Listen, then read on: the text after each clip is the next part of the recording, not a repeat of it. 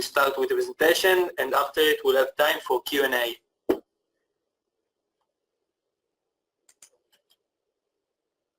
Excellent. Thank you very much, Roy, for the intro. As whenever you want. So it's a pleasure to be with you today. Thank you for the opportunity for the Similarweb team to be able to share with you. Roy already introduced me. My name is Aleida. I am an international SEO consultant. I do SEO consultancy for a variety of companies worldwide. I do mainly SEO, but as you know, since more and more the company's online presence is not only web-based but also app-based, I have since a couple of years ago starting more and more focusing on how to optimize and grow not only the web presence of the clients but also the app one. And initially we are going to see how it lived only in the App Store, but now and more again is also the growth there is also driven and generated by other type of traffic sources that I would like to share with you today. And of course I really like to share what I do, the findings, and you will see me tweeting about it a lot. If you still don't follow, you can do it at Aleida. I write at different online marketing publications. I speak at conferences too. So hopefully we'll be able to meet at some point. And to start with the presentation, it's important to acknowledge a few things. And the first is that it's very evident that the App Store has discoverability challenges. For example, from non-friendly UI that we can see in the screenshots, and whenever we are searching from our mobiles, we can see that, well, the reality is that we need to go through a lot and browse a lot and scroll a lot in order to identify and discover relevant apps. All of these are also very segmented and across different stores, and their ecosystem is rather closed on one hand, and then on the other there are also consumptions challenges and there are certain behavioral type of differences and how users access the information that is otherwise available on the web. For example, when users are searching and want to consume apps, it's important that you ask to yourself if at some point these users are really looking forward to download and have your app and your icon on their home screen. And it's true, because the type of really engagement and commitment that you need to have from your users is much higher than what you're able to have on the web. And yes, if you achieve that point, it's amazing, because the engagement can grow so much, and the type of interaction that you can have with the user can be so much better. However, it takes a lot to arrive there. Additionally, regarding App Store ranking factors, and here we can see rather easily with these screenshots. Like on the left one, you can see this is a very handy table that Emily from Mobile Moxie, she shared on a post about app indexing and some criteria about how apps rank in the App Store, and these are very useful summary of all of them, not only for the iTunes App Store or the Google Play one, but also the factors that Google search, web search, take into consideration to feature the apps that they recommend and refer from the app packs on mobile. We are going to see a few examples afterwards about this. And the thing is, the reality is that if we take a look at this criteria, these are rather basic, right? These are rather the type of criteria, very fundamental criteria that also are very straightforward at some point to game if we want to game them, right? and they are rather similar across the different stores. There is actually a very handy tool and also shows that you can take a look at AppTweak, because they easily check all of this existence of these factors and how your ad is optimized against them.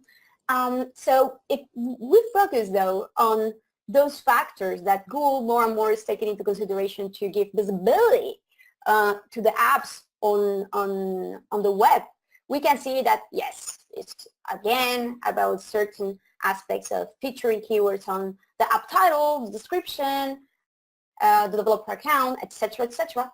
However, the reality is that the frontier there is disappearing with app indexing, and we are going also to see how to identify opportunities there, is to start indexing our app content and connecting at the moment their app content to the web content to provide visibility and provide additional references and referrals from Google web search, from Google search.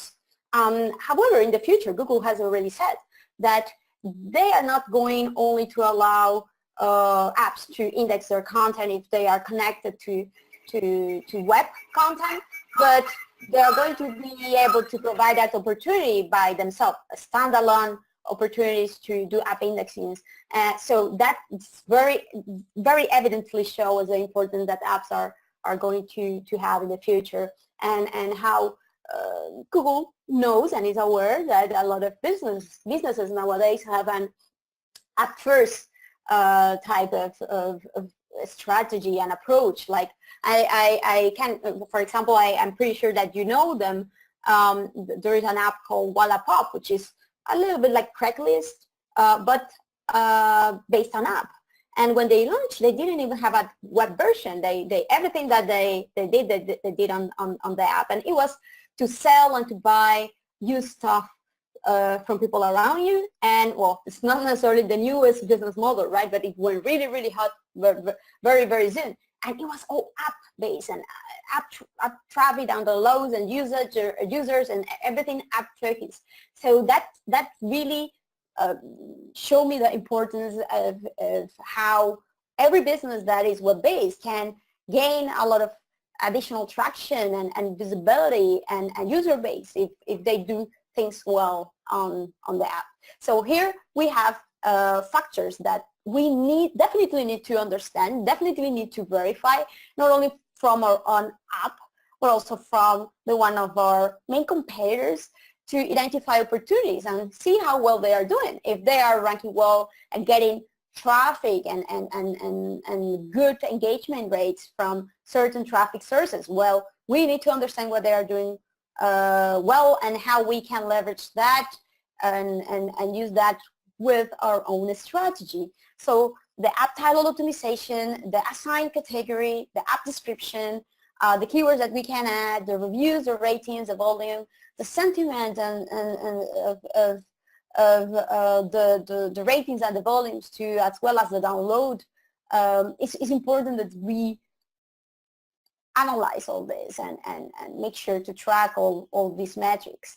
And additionally, when we analyze all these factors against the ones of our competitors, it's important that we are aware that at the end of the day, it's not about researching a lot of data, but this data needs to have really specific goals to establish certain steps and actions with our strategy, right? So we need to understand, for example, very specific things like there's optimization studies and to drive our own strategy, the keyword that they are focusing in store and also out of the store from out of the store traffic sources, to identify also opportunities not only to optimize ourselves, but also the ones that they are still not targeting to leverage in our case, which are the traffic sources really, because everybody think on search, but there are a lot of other potential traffic sources that we can leverage much more easily to the app indexing visibility opportunity, the content that we need to prioritize, and the cross promotional actions that we can develop and should develop, not only with other apps, but with app review media that is out there that can provide a lot of extra visibility and opportunity too.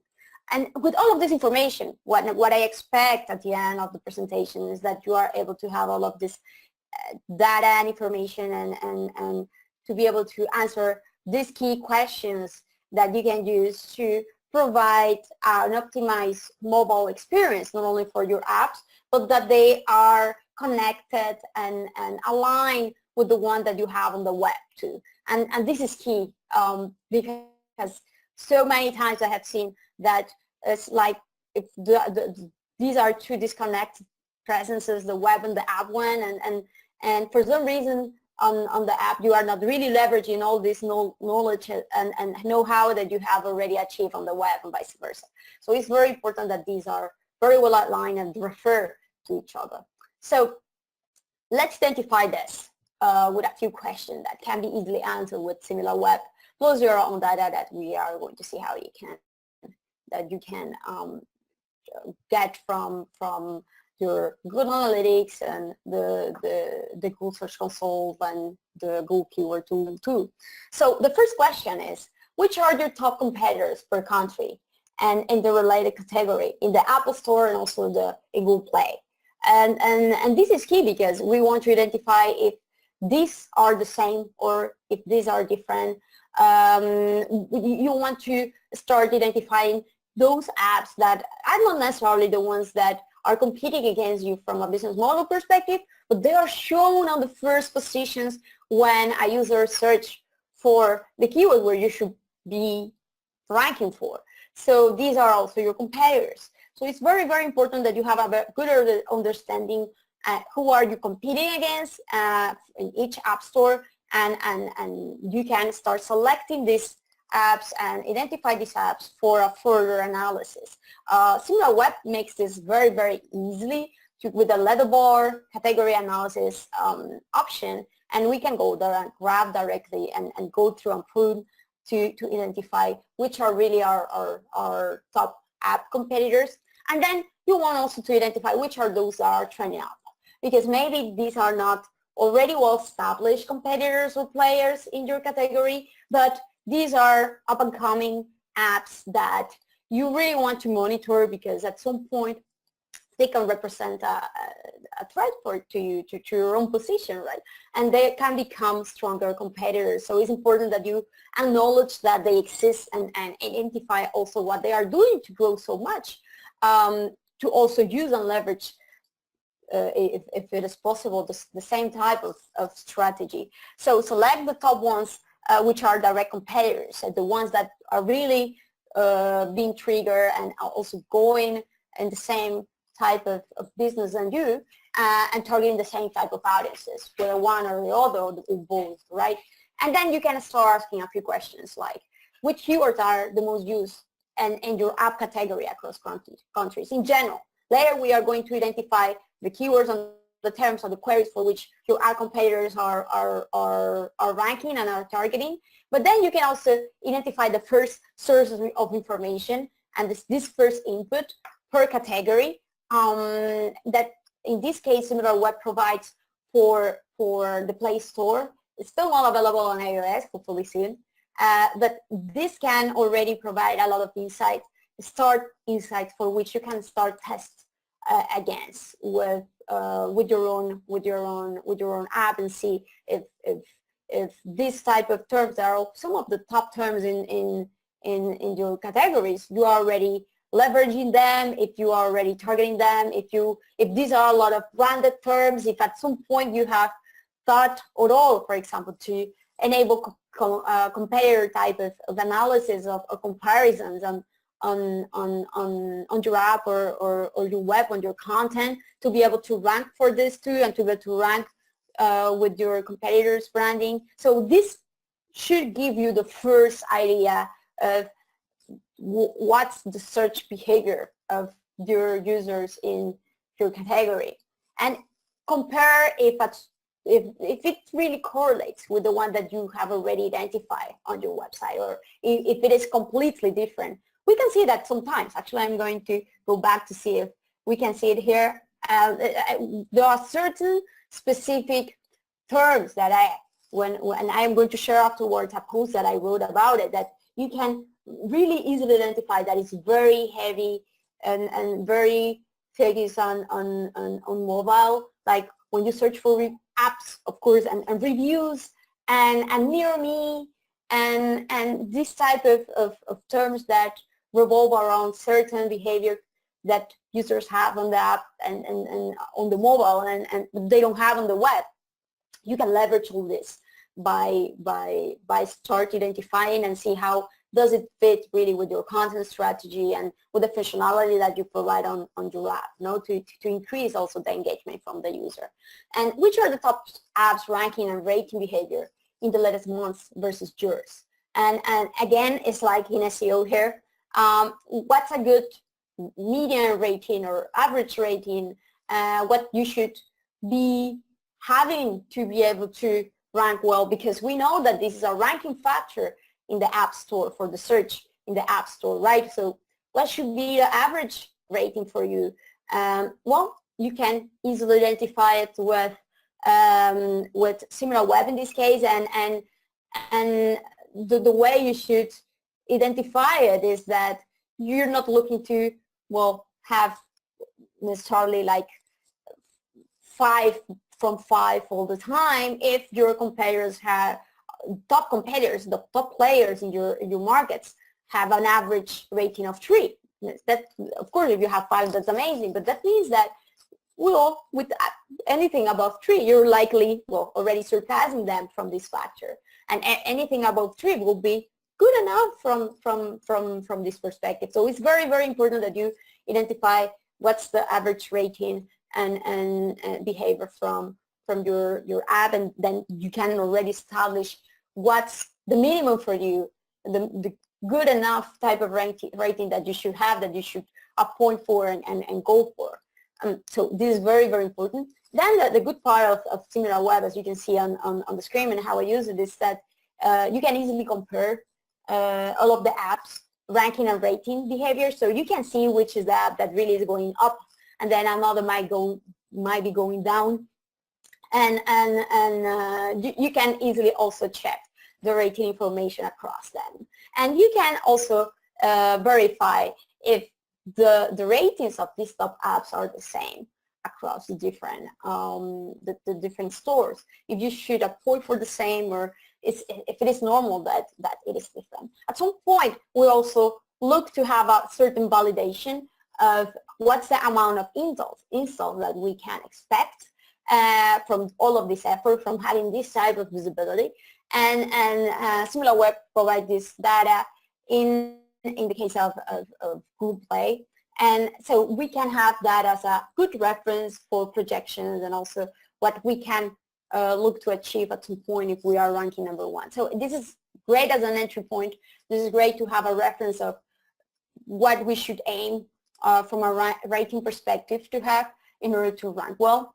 And then the other question go further, and we need to start digging deeper, and it's the loyalty against that, because of course it doesn't matter much if you download the apps one day, and you can buy downloads even, but if these are fakes and nobody use them, and even if the app stores not necessarily use engagement at this point as a big ranking factor, what the reality is that you don't want to achieve downloads just because it is a metric and that's it. It's because it's meaningful towards your business. It should be real downloads that provide real loyal users that actually buy from you and generate conversions, and even better conversions and engagement than the one that you have from the web, right? So in order to identify not only the ones that are ranking better, are doing it better from a visibility standpoint, but the apps that are really making that this visibility is capitalized and make the most out of it, and making the users to use them as it should, you can check this with the retention option on Similarweb, and you should validate that if the share data of the top one is the higher one, or with the median life of their user base. Sometimes we can see here in the example, in this case, is 7-minute workout app. They had a median lifetime of 8.72 days. We are lazy, definitely. We don't want to keep much using the health and workout apps. And then, but we have the second one. We can see the second one, how the retention is better, how their median lifetime is 13 days instead of 8. So really, maybe I want to see, and we are going to want to check what the first app, the 7-minute workout one, is doing about their optimization actions, like which are the keywords that they are targeting, which are the categories that they assign, how well they are including the description, if the screenshots that they are featuring. We are going to see that afterwards, because we all know that we saw that before, that all this impact the rankings. But I want to see what the second app is doing to trigger the engagement of the user, what additional information they are asking, what's the registration, the load process, and how they follow up with alerts, what's the communication logic that they have with their user, how they upsell, if at some point they upsell, etc., etc. We need to understand all this. So here's the question to answer is, do the ones with the highest loyalty coincide with the ones with the highest traffic? How does the usage compares with you? And see if you're good or bad. It depends on how your competitors are, and really what's the average behavior that your audience have with them, and then what you can make sure at some point that it's viable for you to get, and that you can get by improving not only the areas that you can optimize to grow your visibility, but also your engagement. And then it's the time when you should install and test the app experience of the ones with the highest loyalty. Like this is the second one that I mentioned, and the one we saw before. And we can see, I want to understand, look, what's the information that they provide by free, then how they do the upsell to get upgrades. And I can see here how they organize their UI, how they provide you reminders or suggest you reminders that will definitely make your engagement to grow and to reuse them again, how they organize the information and how they incentivize the usage of certain features that will again provide you more, your users more engaged, increase your users from an engagement perspective, and provide your users a better service and more information, right? So from a notification messaging, functionalities, patterns, you want to make sure that you acknowledge them, list them, do an analysis for each one of the ones that have the highest engagement, the best engagement, and make sure that you also take this into consideration when you are optimizing, and when you will optimize not only to rank but to retain better. And this is something very, very interesting, because we can see the average and the median, etc., etc. But at the end of the day, from our returning users, we can see which is the one that, for example, after 28 days, they have more users by far, for example, and the average also across the category. So it's important that we think not only in the short or the mid, but also the long term. What is the average in the long term? And also that we are able to compare this set of different apps that we have identified as our direct competitors across the ones that are the average ones in our categories, right? So, for example, in this case, we can see that the health and fitness category top leaders have an average, well, a churn that is not necessarily that's that high, right? And then on the other hand, we can see that the average days of the median lifetime are higher too, is higher. So we want to also make sure that we go back, and just for this, we identify maybe those apps that are the top leaders in these categories that are not necessarily competing against us, but we want to see also what they are doing to return and grow the engagement from the users. And which are the top app country markets that these apps are also targeting. This is very important because at some point we are going to see that this type of behavior and profiles and trends and competition it's not necessarily the same across markets, and that can offer opportunities, especially if we don't have any type of restrictions and we can launch our services and provide our services or our functionalities across any market. And for some reason we are somewhat really leveraging or targeting or having a real strategy for this international market. So in this case, I will always recommend that you check if the app that you see that is ranking very, very, very, very well in your app store in your country, well, it's a good app for that country, but what they are doing abroad, maybe they are doing even more, and with less effort and with not necessarily requirements to grow. And this is very funny because again, the examples that I provide here, for like Wallapop is a Spanish app, and so I know that they have started to operate in the US, but maybe it's not that popular in the US yet, like or WhatsApp. WhatsApp is huge in Spain and also Europe. It's used across Europe very popularly, and we are going to see it always in the top results in as a messaging system in Europe. Although in the US is messaging app from Facebook, right? So it's very important to identify these opportunities, and if we have some opportunities that we can identify of not so crowded categories and with a good enough user base that we can leverage and target, is a great also option to grow and expand. So going further and asking further questions that can be used to optimize our presence and to set a strategy is which day of the week and time in the day are the ones with the highest usage for the top apps that we are analyzing versus ours. We want not only to know our information, of course, our information, we can go and go ahead and check Google Analytics for the app or any app analytics system that we use. However, for the others, it's very, very interesting to see if it differs, if it is the same. Take into consideration also that maybe this is why we don't have a get response on the promotions that we have done in the past. Maybe some communications or offers or campaigns haven't performed as they should because you haven't really published them at the right times or the right days or the days where you should really have more attention from your users. So it's very important to identify the user patterns from your competitors here, and where do the app in-store traffic come from versus yours.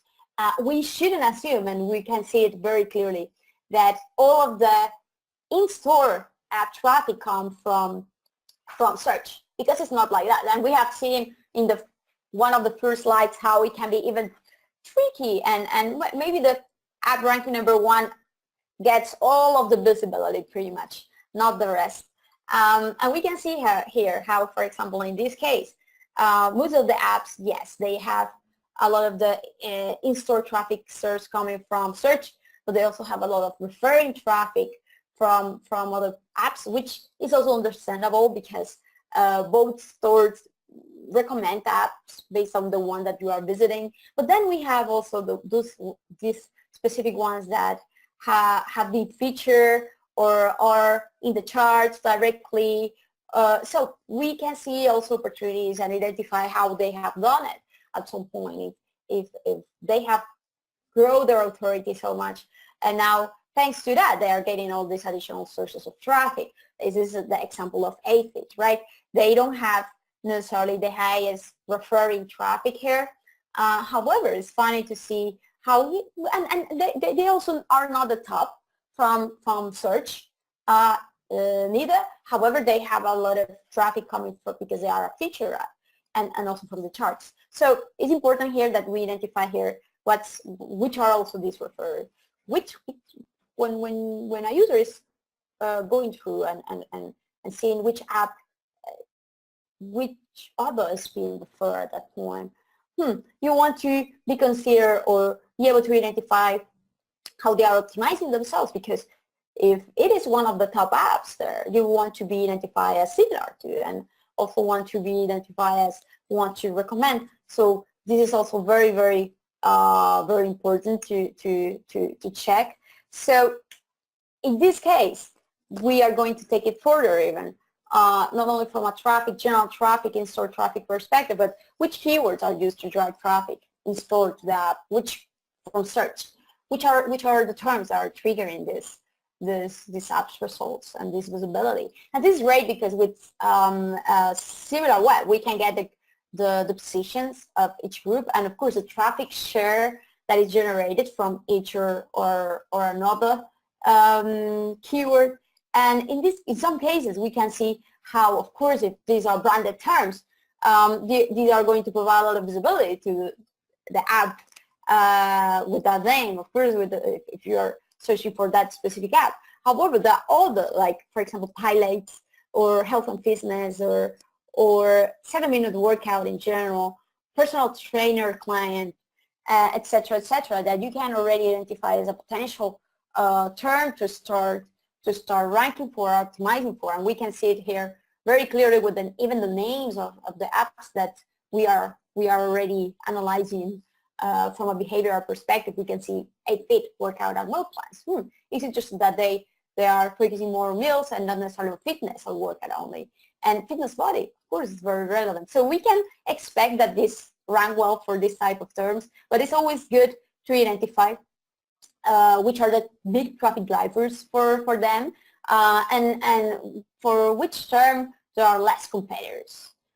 Which are the ones that are not necessarily only providing a lot of traffic, but which are not being targeted by that many apps. We want to identify those opportunities. And once that we are interested in analyzing which general apps or the apps in our category in general, not necessarily the ones that we are analyzing, are ranking for a specific keyword, we can click on any of them here on this list and analyze them much more specifically. And for example, in this case, I checked personal trainer, and I can see here which are the top 7 apps ranking for these keywords. And it's interesting because I can see here, for example, that the 7 are not necessarily belonging to the same category. Like you can see here, 5 of them are health and fitness, and the 2 are in the sports category, which makes me realize can be not only the main category that I should associate my app with, but the additional subcategories that I can use, and that will also be a ranking factor for my app. So this can give you great ideas to see which are the apps that are really getting the most visibility for them. And once that we have a good understanding that which are the ones that are really ranking on the top positions for our keyword that we have identified that are also relevant in our case, we want to analyze them further. We want to check all of the factors that we saw at the beginning. We want to see if they are featuring all of these keywords on their app name, if they have it on the descriptions, what's their short description, the long one, are they featuring videos, what do they have on the screenshots, in general, how they are doing it, how they are being ranked number 1, with all of these factors that we saw before are taken into consideration. So for this, we can go to AppTweak and really easily check across these factors and browse across this factor by analyzing any app like this, as you can see on the screenshots that I'm sharing, and have a better view on how you can improve this with yours. Are you already doing it like this, or is it completely different?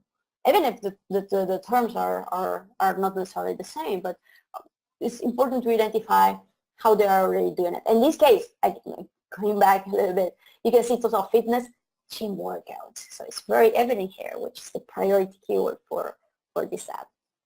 And do the same with external traffic sources, because we know that, again, doesn't only come from the inside, but also more and more from external sources to the App Store, not necessarily direct towards the app with app indexing, for example, but towards the presence on the App Store, right?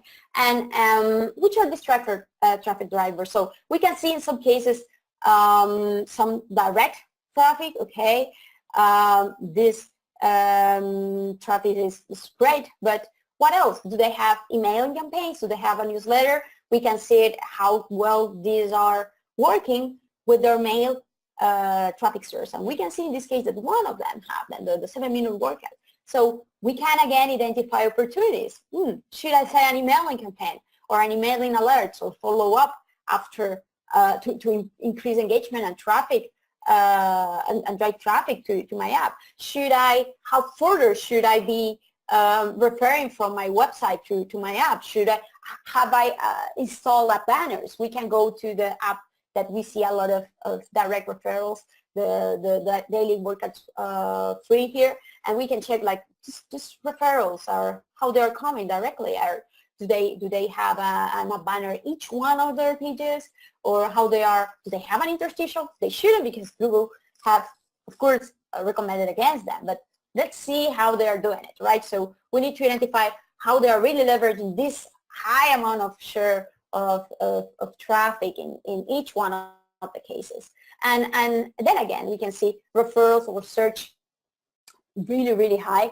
In one of the cases, we can see here that social is also, well, not that high, but has some certain type of traffic there. So we can go to their social presence and see if they push or they promote or they do press promotion from their Facebook page, their Twitter page, which is the social presence that they have also on where they are referring to. And we can take also that into consideration for our own strategy and for our own promotion and action that we can do. And once that we analyze them as a whole in general, where do the external referrals come from each app store? And because we can analyze them not only for the Google Play one, but also for the Apple Store, and we can see, are they referring from the same sources? Are the websites different? Of course, some websites are focusing on one platform or another, but so it's very, very important to see which are the websites that are working better in each case. And for example, in this case, we can see that there's moneysavingexpert.com referring a lot of traffic, and then Android Authority, Make Use Of, PhoneGap, BuzzFeed, Tesco Living. It's not only their own websites here, and this the same with the for the iOS one with iPhone, and we can see which are these other iPhone focused websites or more focused or diverse websites that are referring traffic in different ways to the different apps that are competitors, to identify opportunities of collaboration or getting coverage and see how they are doing it. We can go and specifically see, for example, remember that I saw here Android Authority as the fourth source. I go to Android Authority and I check how they are featuring this toolkit. It's a post here, and of course they have screenshots, etc. It's very evident here that a coverage from them won't hurt, definitely won't. And how they are also leveraged their own website app landing page to rank and refer. Because the reality is that in a lot of cases we could see how this was huge too.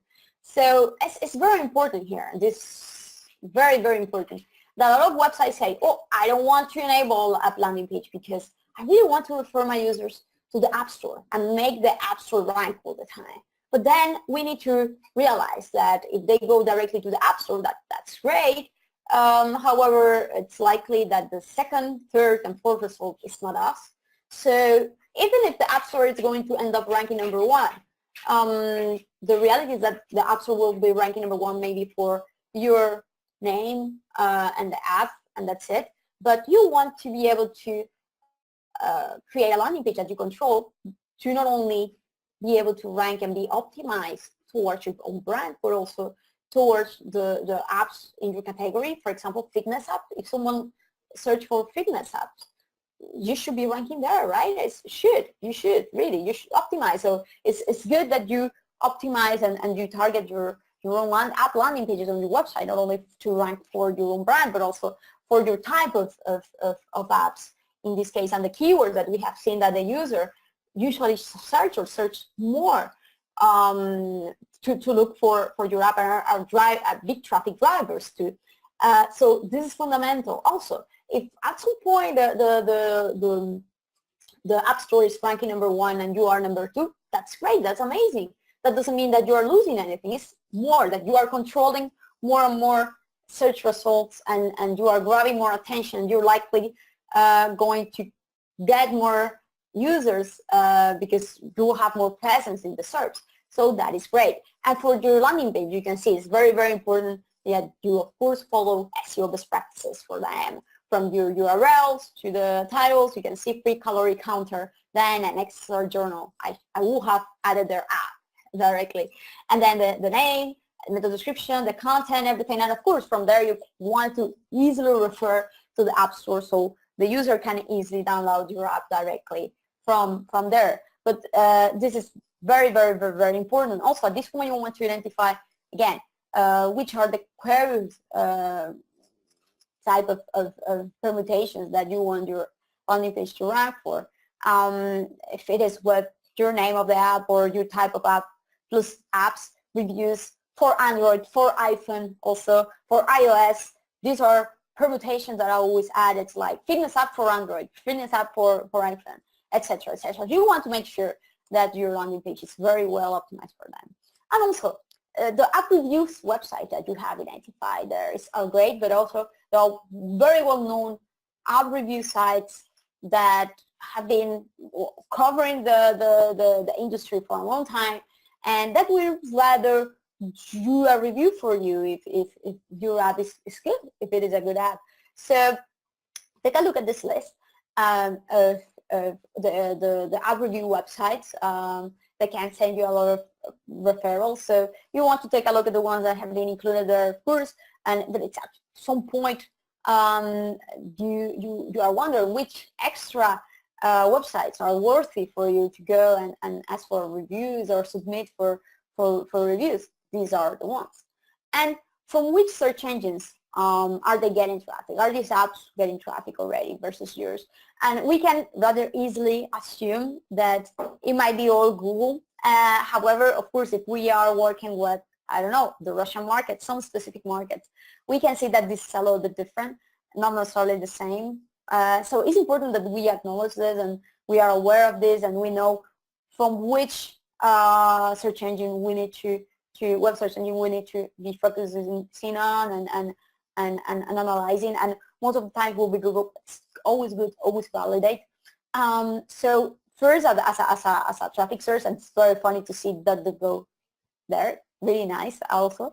And also video search, because we can see searches from verticals, so that means a lot, and it should you should wonder here, and you should be able to identify here if it is a good enough, big enough share of traffic. It should be worthy for you to start optimizing also for video content and only text content in this case. So that again represent another opportunity to validate. And then of course going further is to identify which keywords are really driving this traffic toward this app from the web, from web search, from Google in this case. So 7-minute workout, 7 iPhone, workout app, free software for workout. So then again here, the type of terms and queries that I mentioned, permutation that you want to use, HIIT exercise app. So you can see the category plus app or category plus free or category for in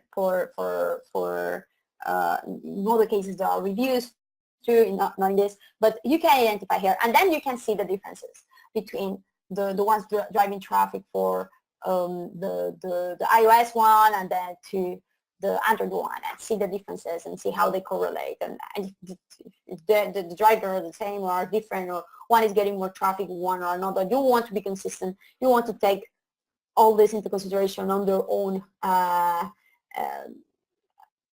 store too, and make sure that the right app is targeting the right query. So identify and compare the keywords used for to search for Android and iOS, and you can rather easily see how these competitors are getting all this traffic, how they are ranking for this keyword, what's the visibility that they have, how they end up getting good actual traffic, and how Google is ranking them against who. It's already crowded there. How's the visibility there to rank. What the exact ranking position, because we don't know it yet. So for the ones that are really relevant and the ones that we already had in the past, we can consolidate a list and then go and check with the Google Chrome emulator. It's very, very easy to, for example, if you are searching for or checking for the Android results, you can choose the Nexus one, or if you are searching for the iOS one, for the iPhone ones, you can go to the iPhone 6 Plus here emulator, and then you can check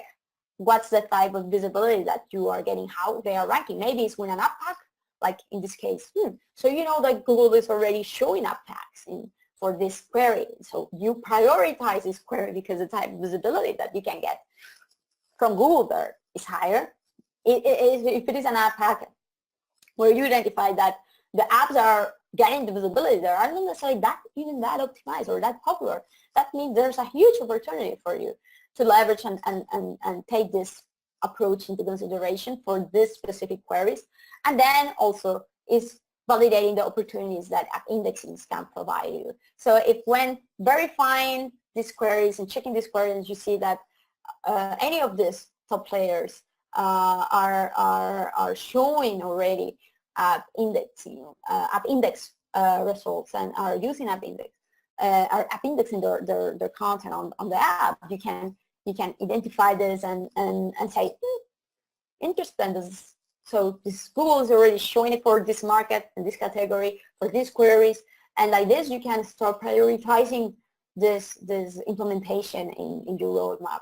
It's not easy, it's not trivial. So this is why for me, if you see, I always like to validate and verify. There's so much to do also, and there are so much room to grow and things to do on the own app store and from a much more basic optimization perspective with the app. I will do that first, but then it will be how I can scale and grow much more. And then it's this where you should come and verify and validate it, especially if there are only one player or two players that are leveraging this, and not for all the queries, but only for a few content. Then it's about identifying the opportunities with that indexing and seeing how Google are showing the results and implementing at least for the top queries, and how you can identify also in general, not only the one that your competitors are already using, the direct competitors. You want to identify also more opportunities that you might not be leveraging, or your competitors are not leveraging at all. Is with all of these queries that you got before from in-store and external sources from web search, you go and use them as an input to have keyword research. Segment all this data, group this data, verify the search volume, and use the breakdown by device feature from the Google keyword tool to identify the share of mobile devices that are used to search for them. And of course, if the share is huge, like in this case, as you can see, then it's very, very, very obvious that fitness apps, workout apps, if you identify that there is one website already app indexing, Google is using it, and there are likely you are already more or less ranking on the second page of results for mobile web search. Well, it's time then to optimize and prioritize the optimization of that website and doing app indexing with it to be able to be shown for this type of results, because it will be a low-hanging fruit. So it's very, very important that you not only focus on the keywords, on the terms, on the ways that you have identified before, but you use them as an input to expand more and explore more opportunities that Google itself can provide, right? Also, if you're already app indexing, you can go to, of course, to the Google Search Console and check for the query data there. The query data and the pages that are being shown in each case. And you can see the type of not only impressions or visibility that you are getting with them, but the click-through rate. And of course, if the impressions are very high but the click-through rate are low, you want to identify which are the pages that the content that is being shown for this query is the right one. Maybe you are not optimizing them as you should, or connecting them as you should with the right app web reference when doing app indexing, or maybe you should start enabling app indexing for more content that you have in consider. And you can see here how this more generic content is ranking for some queries that they shouldn't because it's too general. So they're too general for the queries. So like this, you can prioritize the development of more content and not only development of more content, doing app indexing with this additional content. So with all of this wealth of information, you can see how you can directly, and I get specific examples in many cases, how you can take direct actions to validate, to verify, to identify the opportunities for you. So it's not only check the data for the sake of checking the data and metrics because they are metrics, but how you can actually perform specific actions that are meaningful for you, that are growth drivers towards your strategy, and you can end up identifying opportunities to grow your strategy, to drive your strategy, to have great results, not only from a ranking perspective, and this is something very important, that doesn't mean only to rank well in the App Store from the search functionality, but to have a better engagement, to have a higher loyalty, to really have a really good optimization across all of your presence on mobile, not only on app, and cross-reference and grow in general terms your mobile KPIs and final goals like this, hopefully, little by little. Thank you very much. It has been great to share. I hope that you have find it useful, and hopefully you have questions. Just let me know. Thank you very much, Olivia. Thank you, Roy.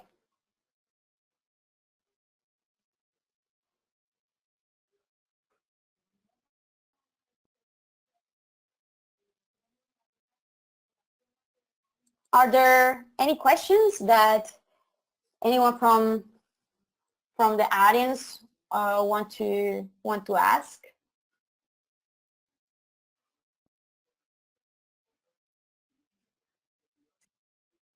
Yeah, can you hear me now? Yes, I can hear you now. Sorry, I wasn't. This question is, what are the most important signals in the ASO ranking? In the, sorry, what the last part? In the App Store ranking. Oh, in the App Store ranking. So if we go back here to the slides, one of the first slides here. Yeah, here. Oh, you can actually go and validate and verify at a much more granular level, because Emily, she has done a great job of explaining each one of them in this search engine line post that I shared here. Don't worry, because we are going to share the slides afterwards, so you can have the link too. And in this table, you can see them all. You can have them all, and you can see. For me, the most important ones are the ones that at the end of the day are taken in all of them are generalized or taken as a generic criteria, right? Like, for example, the app title is important. The category, the assigned category is important. In some cases, the description is taken more or less into consideration, but you can see very clearly, and this is important when you verify and when you do the competitive analysis. If all of the top players, and you see that again, and you check them against these factors here, and you see, yeah, all of them have the title with keywords besides their own name, right?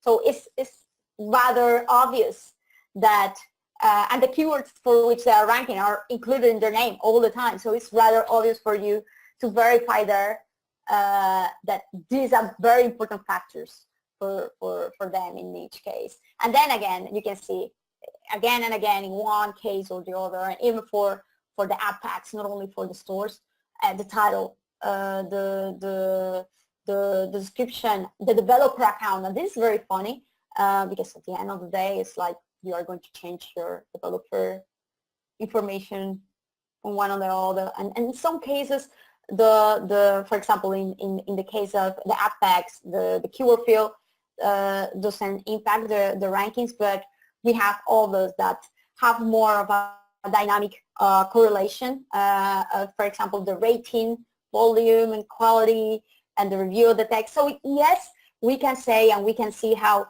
also the stores are going towards that route. They are more about not only the basic keyword tagging and inclusion on the main areas of the app, but also about the popularity of them. But unfortunately, we can still see that they can rather, they are rather be easily gained at some point, and they still have room to grow to identify the accuracy of the ratings, for example, or the real quality of the ratings. But in general, you have the ones that you have here, the factors that you have here, that again are very fundamental. These are the main ones. These are the most important ones, the ones that you can focus on. Check out this post that I am referring here, where you can see much more. Also the one from UpTweak. And UpTweak is I really like it because, again, it's maybe with SEO already this approach is too basic to follow because factors are much more complex. There is so much into consideration. However, for a very straightforward look, it can work really well to identify the how optimized an app is towards in a specific category and country, and again some specific keywords, and we'll tell you if it is already taking it into consideration or not in this case. Great. So we have another question from Miguel. He's asking, talking about VOD apps like Netflix or Hulu, what is your recommendation or comment to win viewers? To win viewers in Netflix? Oh, Hulu, yeah, this kind of apps. Oh, interesting.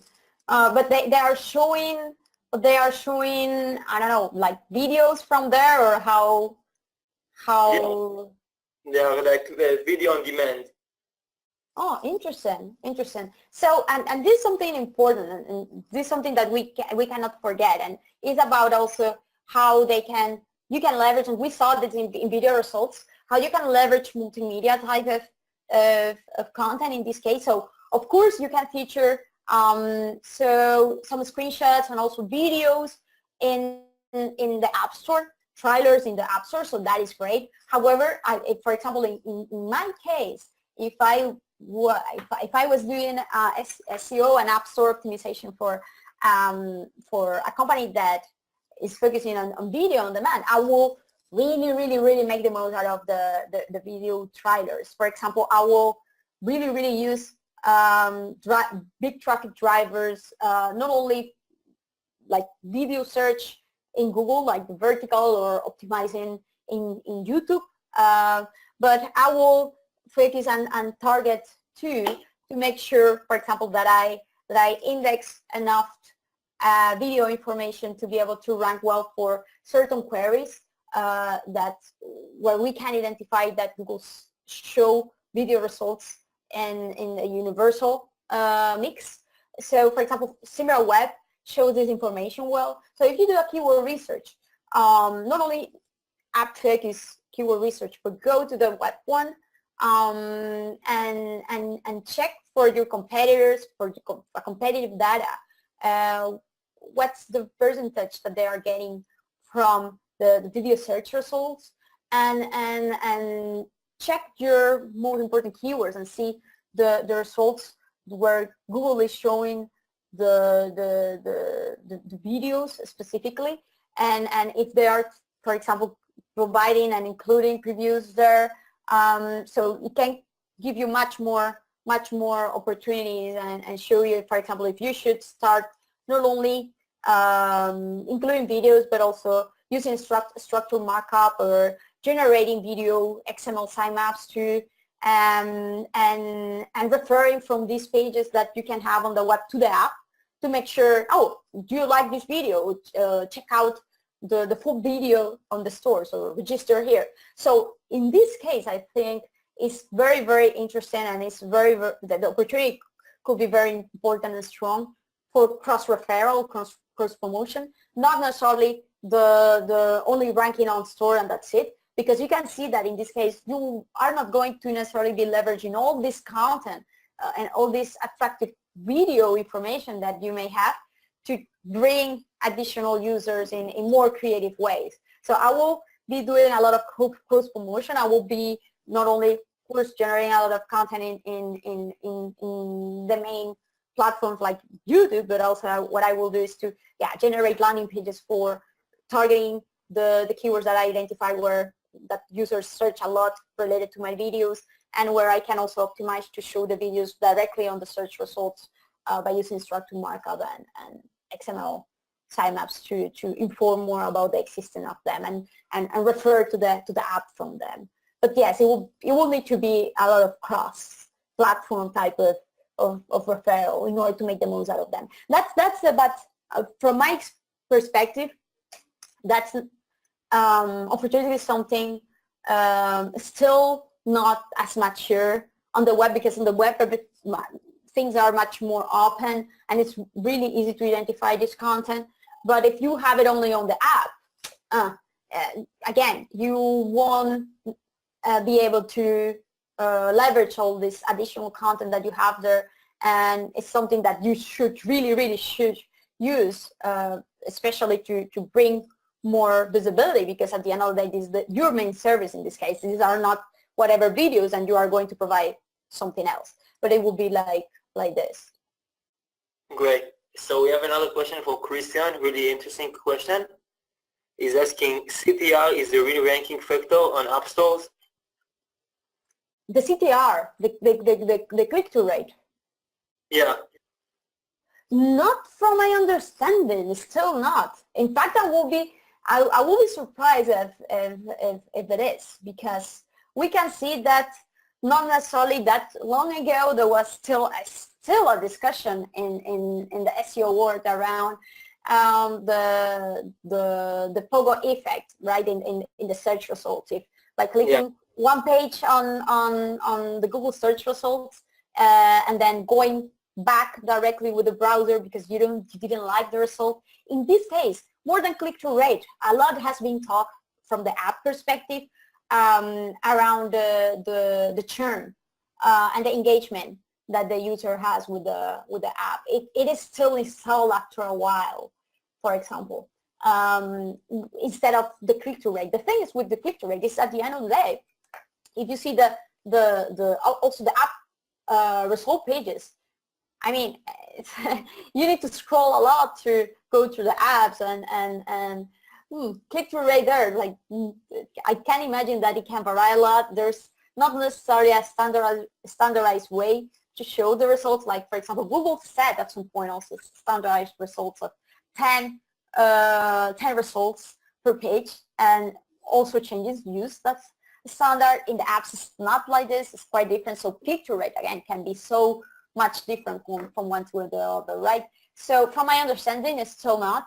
I will be surprised if it is. I would rather, from a quality perspective and engagement perspective and with the user behavior type of factor, I will better recommend and focus on ratings, for example, provide good ratings and reviews with positive sentiments in general. And then, of course, that the type of engagement that is not that we have like the velocity of the downloads, that we don't have like 1 million downloads today and tomorrow we don't have anything, and 1 week we don't have anything, and for some reason nobody else wants our app and nobody necessarily uses it anymore. So for me, it's should be much more straightforward with this easy to track activity from the user by the App Store. Great. So we have time for 2 more questions. So Christian have a follow-up question, a really interesting one again. Do you think that App Store ranking people, like the Google developers for the apps or search quality, are developing something like Google Rank Bang or Hummingbird to better understand the app search? I think that more and more, for example, especially with app indexing, there is definitely an effort going on first, starting by identifying the content, and I am sure that after that step is taken and done, it will be to how to assess the content there, how to assess the popularity, how to assess the information to rank it better or not. Because, for example, right now, that content on the app is connected to the content on the web, so it can be easily ranked based on how well your web pages are ranking towards that query. But whenever Google wants to start doing app indexing, solely focusing on the app and not necessarily by connecting the app to the web, then it needs the whole list of group of ranking factors in order to rank it well. Not only relevance, not only content, that is done with app indexing, but how they identify authority and popularity. They cannot count links, because if it is a standalone app indexing, it doesn't have a web connected, how do they do? So I'm pretty sure, and this, well, at the end of the day, is a monopoly, right? Even if you don't want to give that sense. Yes, they control the information from the App Store. They done from, of course, it's Apple, from the Apple Store. But I'm pretty sure that there's still work to do, of course, but there's definitely an intention on how to identify the popularity and authority of these apps in order to be able to rank them at some point by themselves without taking web into consideration or into the equation. So yes, I'm pretty sure that there should be an effort going on right now, because they have already said that they want to do it like this, like ranking apps by themselves, not necessarily connecting them for the web. And then, of course, content can be easily identified with app indexing now. How else they can, what they can do to identify the popularity? That will be fun. That will be fun. We have seen definitely with SEO that they have improved their capacity to understand, to identify that machine learning efforts to win rank rate, etc., to understand and to grow the capacity to identify the meaning of content, etc.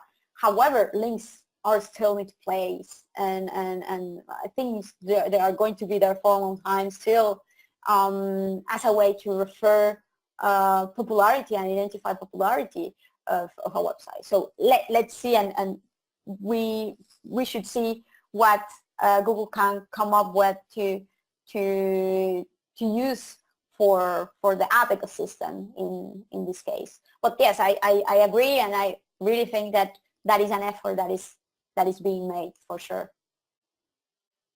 Great. So before we have the final question, just a reminder, we send the webinar recording to all the people that registered, and you'll be able to see highlighted deck. She will share it after it in Twitter. And now we're going to have the final question about AMP. So which website should implement AMP technology? Yes, well, AMP, let's not forget, the goal of AMP is to really provide a much more better experience to the users from a performance perspective. We are talking about speed of the pages, really. And at the end of the day, it's connecting and using Google to cache our content and to deliver our content in a much more fast way to the users. Right now, the companies that have been focused and really incentivized to make the changes are the content ones, the media ones. Here in Spain, I know of cases where Google itself, they went and connected and got in touch with the main newspapers, media companies in the country, because they say, hey, you need to do this, otherwise you won't be in the news carousel. And of course, that was way of pushing these companies to implement it in a very, very fast way, right? They will disappear on the news carousel. Yesterday, I think it was Richard Baxter he was doing some tests also on the website, on his website, on the blog of his agency, and he could see that he was finally getting results in the carousel from one of the posts.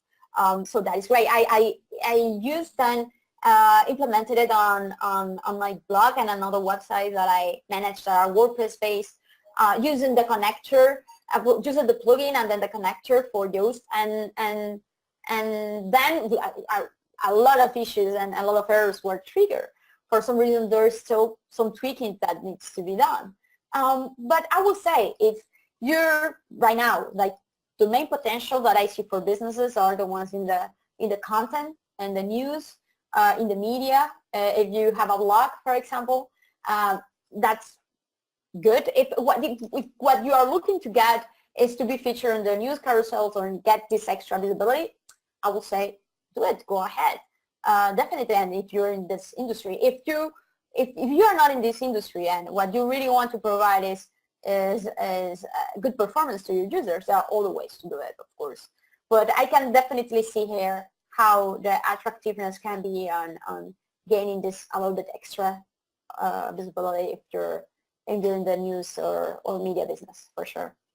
Yeah, so now only websites like TechCrunch and the Huffington Post are implementing AMP, and now you shouldn't invest time and efforts to implement it, but definitely Google will improve it, so it will be for all the websites and not just for the publishers. Indeed. At some point, it will. Yeah. Thank you very much, Aledia. It was great great honor to host you. It was great, and we have really had a lot of questions and many people interesting.